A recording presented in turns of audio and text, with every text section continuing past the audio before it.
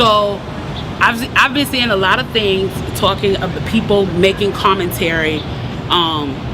Interestingly enough, the ones I've noticed that have been making the commentary are wealthy black people making the commentary about we should not be rioting, we should not be looting, we should not be tearing up our own communities. And then there's been an argument of the other side of we should be hitting them in the pocket. We should be focusing on the blackout days where we don't spend money. But you know, I feel like we should do both. And I feel like I support both. And I'll tell you why I support both. I support both because when you have a civil unrest like this, there are three types of people in the streets. There are the protesters, there are the rioters, and there are the looters. The protesters are there because they actually care about what is happening in the community. They want to raise their voices, and they are there strictly to protest. You have the rioters who are angry, who are anarchists, who really just want to shit up, and that's what they're going to do regardless. And then you have the looters. And the looters almost exclusively are just there to do that, to loot. Now, people are like, well, what did you gain? Well, what did you get from looting?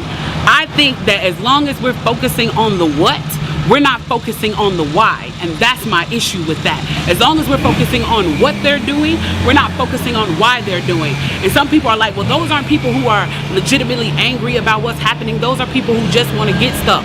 Okay, well then, let's go with that. Let's say that's what it is. Let's ask ourselves why in this country in 2020, the financial gap between poor blacks and the rest of the world is at such a distance that people feel like their only hope and only opportunity to get some of the things that we flaunt and flash in front of them all the time is to walk through a broken glass window and get it. That they are so hopeless that getting that necklace, getting that TV, getting that change, getting that bed, getting that phone, whatever it is that they're gonna get, is that in that moment when the riots happen and if they present an opportunity of looting, that's their only opportunity to get it. We need to be questioning that why. Why are people that poor? Why are people that broke? Why are people that food insecure, that clothing insecure, that they feel like their only shot, that they are shooting their shot by walking through a broken glass window to get what they need?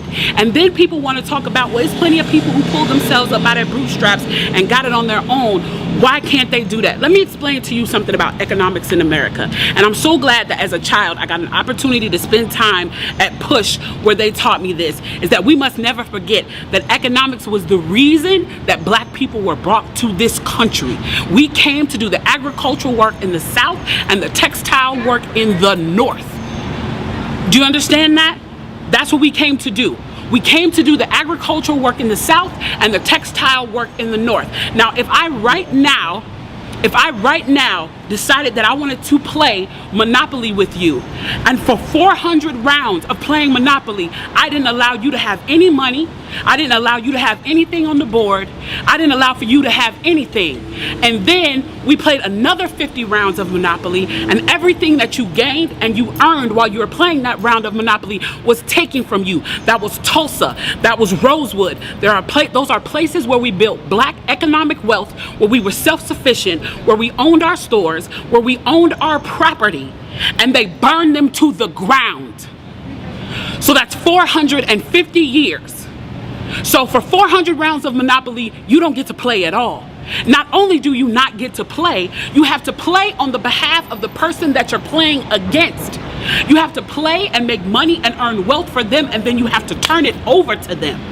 So then for 50 years, you finally get a little bit and you're allowed to play. And every time that they don't like the way that you're playing, or that you're catching up, or that you're doing something to be self-sufficient, they burn your game.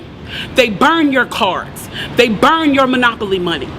And then finally at the release and the onset of that, they allow you to play and they say, okay, now you catch up. Now at this point, the only way you're going to catch up in the game is if the person shares the wealth, correct? But what if every time you share the wealth, then there's psychological warfare against you to say, oh, you're an equal opportunity hire. So if I played 400 rounds of Monopoly with you and I had to play and give you every dime that I made, and then for 50 years, every time that I played, if you didn't like what I did, you got to burn it like they did in Tulsa and like they did in Rosewood, how can you win? How can you win? You can't win. The game is fixed. So when they say, why do you burn down the community? Why do you burn down your own neighborhood? It's not ours. We don't own anything. We don't own anything. Trevor Noah said it so beautifully last night. There's a social contract that we all have, that if you steal or if I steal, then the person who is the authority comes in and they fix the situation. But the person who fixes the situation is killing us. So the social contract is broken. And if the social contract is broken, why the f do I give a shit about burning the Football Hall of Fame, about burning a Target? You broke the contract when you killed us in the streets and didn't give a f. You broke the contract when for 400 years we played your game and built your wealth. You broke the contract when we built our wealth again on our own, by our bootstraps in Tulsa, and you dropped bombs on us. When we built it in Rosewood and you came in and you slaughtered us. You broke the contract, so f your Target. F your Hall of Fame. As far as I'm concerned, they could burn this bitch to the ground. And it still wouldn't be enough. And they are lucky that what black people are looking for is equality and not revenge.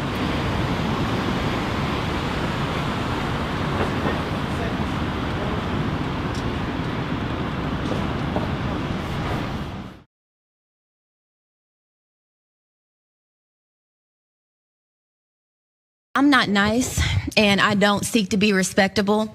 I'm not asking y'all for anything, because y'all can't and won't be both my savior and my oppressor. I don't want reform. I want to turn this building into luxury, low-cost housing. These will make some really nice apartments to me. Firstly, stop using black children as photo opportunities, because they're cute now, but in 10 years, they're black male suspect in red shirts and khaki shorts. Eating cookies and drinking milk with children does not absolve you of your complicity in their oppression and denigration, Rick Smith. Because Kansas City will spend more on police than education and then try to encourage children to feast with their oppressors. Y'all are really weird. It's asinine to be called radical or homegrown terrorists for not wanting government employees to kill citizens in any instance. So I'm not here begging anything of soulless white folks and self-preserving black folks.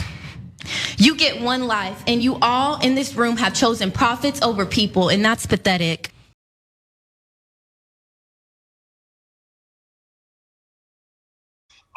We also know that the Secretary of State and the Attorney General have already tweeted out that your legal arguments are rubbish and you're going to lose when it comes to court. So we're not worried about that at all. I'm also not worried about any of your, things are bad so we can't certify arguments, because that's just ridiculous. You certified in August when they were worse. Less than 50% of the ballots are recountable. Now over 72% are.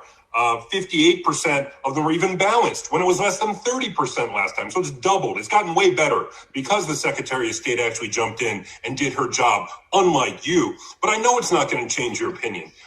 You talked about not certifying Detroit, even though you acknowledged that Livonia, a city, by the way, I know you know is 95% white, had bigger variances than Detroit, which is 80% black. We understand, and you've now added your name. So I'm not going to try to change your mind. I just want to let you know that the Trump stink, the stain of racism that you, William Hartman, and Monica Palmer have just covered yourself in is going to follow you throughout history. Your grandchildren are going to think of you like Bull Connor or George Wallace. Monica Palmer and William Hartman will forever be known in southeastern Michigan as two racists who did something so unprecedented that they disenfranchised hundreds of thousands of black voters in the city of Detroit because they were ordered to. Probably, I know, Monica, you think Q told you to do it or some other crazy stuff like that. But just know when you try to sleep tonight, that millions of people around the world now on Twitter know the name Monica Palmer and William Hartman as two people completely racist and without an understanding of what integrity means or a shred of human decency. The law isn't on your side, history won't be on your side, your conscience will not be on your side, and Lord knows, when you go to meet your maker, your soul is going to be very, very warm.